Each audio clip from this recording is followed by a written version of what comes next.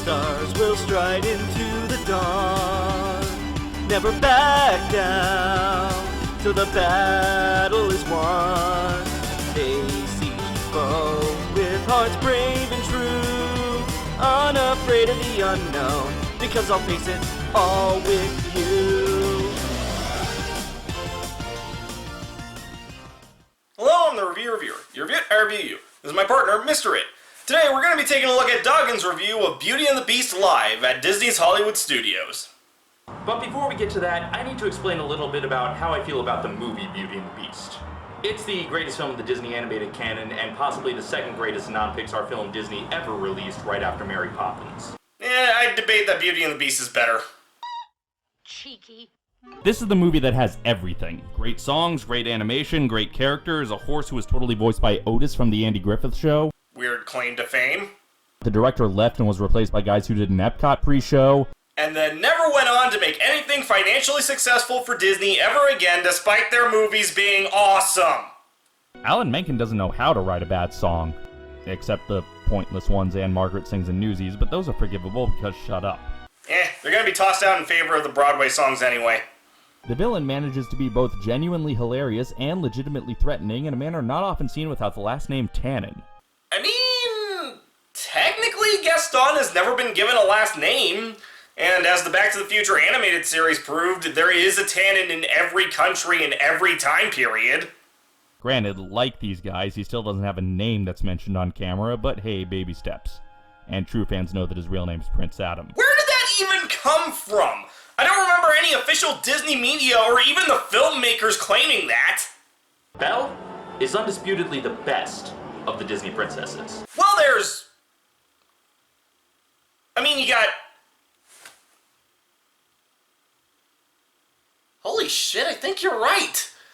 Nothing against the other Disney princesses, but yeah, Belle is the best. That may be the message of the original fairy tale, but since when does Disney actually follow the source material? I don't recall an animatronic prince tripping and dislodging a bit of animatronic apple from animatronic Snow White's animatronic throat. Oddly enough, animatronic is officially a word that gets funnier with repetition. Not that I can go back and animatronic check anymore. Now you probably could at Snow White's Enchanted Wish at Disneyland. No longer ends with the evil queen's death. And just to bring things full circle to Ashman's theatrical sensibilities, the live shows in the park served as a proof of concept for the massively successful Broadway version, a show that has been performed all over the world, including a performance by my very own high school. The year after I graduated. Hey, at least your theater teacher wasn't so far up their own ass that they'd never consider doing something as pedestrian as a Disney musical. Because, the best way to drum up interest in a drama department is to never do a show that people actually want to see or be a part of. Yes, some more, thank you. So I'm not sure if this is supposed to be a stealth pun or not, but the show begins with a bell. Preparing for that Hunchback musical. But she warned him not to be deceived by appearances, for beauty is found within. Within her hood, where she was clearly attractive. Honestly, it would have been insanely difficult to give her appropriate hag makeup that would come off easily. Then again, they could have just used two actresses. And earn their love in return. The spell would be broken. Huh. Just now noticing that the narrator doesn't assume that it's going to be a woman that the beast falls in love with. Interesting. Well, it was quiet. Do you have to start every morning with a solo? Oh, don't act like you all don't join in for a town-wide diss track. The girl is so peculiar. Yes, so unlike you, perfectly normal circus clowns. I think I'm starting to see where the live-action movie got its costumes from. You haven't traded the book yet. You're still reading Jack and the Beanstalk. Though I would love to see that version. No one hits like Gaston, matches wits like Gaston. No one cuts the last verse right in half like Gaston. Oh, come on, couldn't you at least try to make it rhyme? No one hits like Gaston, matches wits like Gaston. No one knows the whole song will not fit like Gaston. It's redundant to keep on singing about Gaston when we just heard his song. This number's been going for far too long. See, now you're getting it. Through a series of strange circumstances, she found herself held captive. Really? No elaboration, no details, just a series of strange circumstances? Disney parks would get better at abridging movies in time for the shows at the Hyperion. Though, then again, both Aladdin and Frozen are each twice as long as this. Master will be furious if he finds out what we are up to. Whatever it is that we are up to. What the hell is that accent? It sounded like an attempt at a Cogsworth impression that was trying to remember that he's technically French. Nothing to worry about. No, nothing. Just our entire future. We might be in sequels. Awful, awful sequels. Hey now, Enchanted Christmas wasn't that bad. At least it had a cool villain. Me. We don't talk about that. Okay, Be Our Guest is an amazing song, and it's almost impossible to screw it up. Oh, the naive days before Descendants. And spin. And spin. And spin. You know, if you're gonna point out every twirl in a theater production, we're gonna be here all day. But it's still Be Our Guest, and it's the most energetic song in the Disney animated canon, and it's impossible to have a bad mood after hearing it. Unfortunately, however, no one told the Beast that.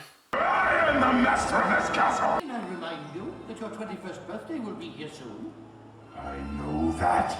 Wait a minute. 21st birthday be here soon. 10 years they've been rusting. That prince at the beginning was 11? Shameless plug of the video where I try to debunk that here. And when we touch, he didn't shudder at my paw. At least I don't think she shuddered. I can't see anything through this mask. Shh, you're ruining the illusion! One of the great fairy tale romances, and he pulls the fake yawn. I think that was just a genuine attempt to hold her, but point taken. Rejected. It's more than I can bear. This exposition would feel a lot more natural if I had a short comic relief sidekick to rant at. I am disgraced. You'll do. He just said out loud that this was just a plan, and they're still falling for it. Most easily duped mob ever. Excuse me, sir. I'm trying to trick you. May I see your wallet for a minute and not run away with it? If he were telling the truth, he wouldn't have told us. Unless, of course, he knew you wouldn't believe the truth, even if he told it to you. Ha! Tricked you!